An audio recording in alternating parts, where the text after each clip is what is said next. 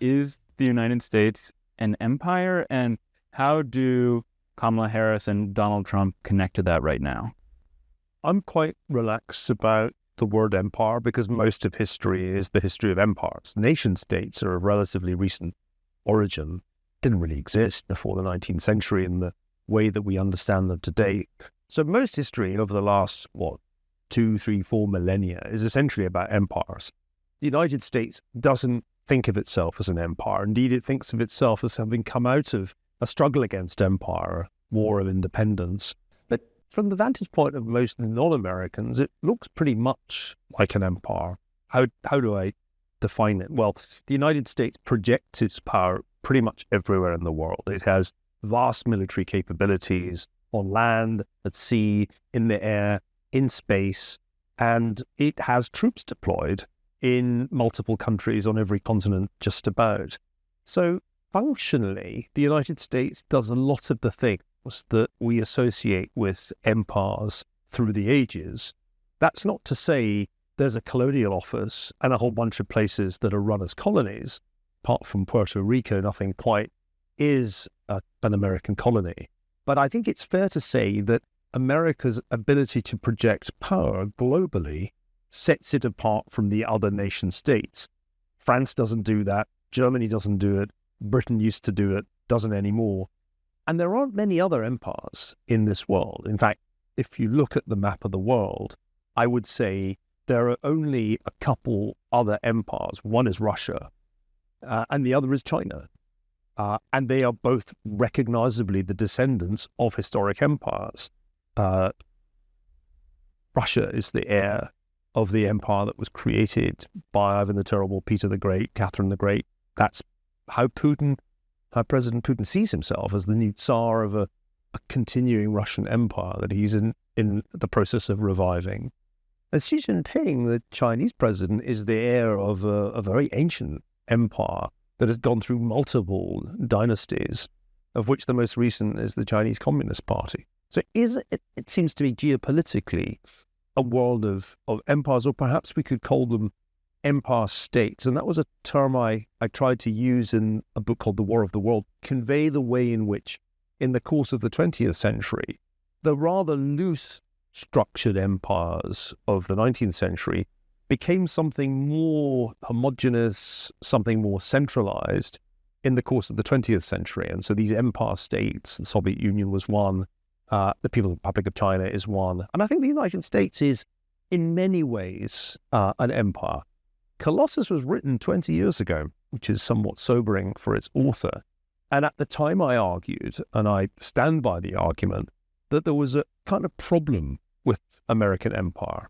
20 years ago, there were people who talked about that project quite openly. The neoconservatives, at the time of the invasion of Iraq, would boast about their imperial ambitions and their vision of a greater Middle East reshaped in the American image, with American institutions and obviously an American military presence. I was always a skeptic about that project for 3 reasons. There were, this was the argument 20 years ago, 3 deficits. There was a manpower deficit because Americans actually don't want to spend their lives governing Mesopotamia or, for that matter, Afghanistan. There was a fiscal deficit because there was already a structural imbalance between tax revenues and expenditures. But above all, there was an attention deficit. Americans lose interest in foreign entanglements for a while. They are fired up particularly if they're retaliating for an attack by a foreign power. But it's hard to sustain the American engagement in wars in faraway places of which most Americans know relatively little. So my thesis in Colossus was, this neoconservative project won't work. It won't be possible to turn Iraq or Afghanistan into quasi-colonies because Americans aren't that into empire the way the British were into empire. Back in the 18th and 19th century, there were plenty of people a bit like me from Scotland who would quite happily spend their entire lives trying to run the Punjab.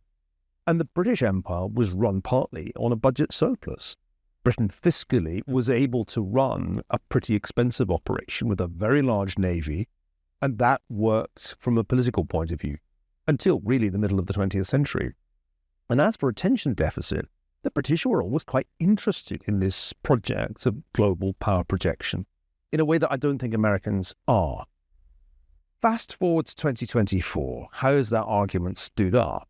I think pretty well, because I think by certainly the time Barack Obama was elected in 2008, there was deep fatigue with the wars that had been embarked on under George W. Bush. And part of what made Obama president was that he had nothing to do with that and had been against it. His pitch was essentially, we're not doing that stupid shit anymore. We're going to do smarter things like not intervene in Syria. And if the Russians take Crimea, we'll just do sort of light sanctions and leave it at that. That was essentially what people were ready for. And Donald Trump was a variation on the same theme. I mean, Trump was more overtly isolationist in at least some of his language in 2016, and people were attracted to that. He had absolutely no patience with the projects in Iraq and Afghanistan and was eager to wind up what was left of them. So I think Colossus was right in foreseeing that the neoconservative project of some kind of American empire in the greater Middle East would fail, and that Americans were more comfortable with a focus on domestic affairs and, as far as possible, minimal entanglements abroad. Now, my view is that that's not realistic, and Americans can no more leave the world behind than you and I could live exclusively in a village of 100,000 of 100 people for the rest of our lives. I mean, isolationism was never really practical in the 1930s. It's even less viable in the 2020s. You can't wish away the integration of pretty much every aspect of human existence. But that's still the kind of impulse of this country, not to get sucked into quote-unquote forever wars. And I think that creates this tension. The American empire is a real thing.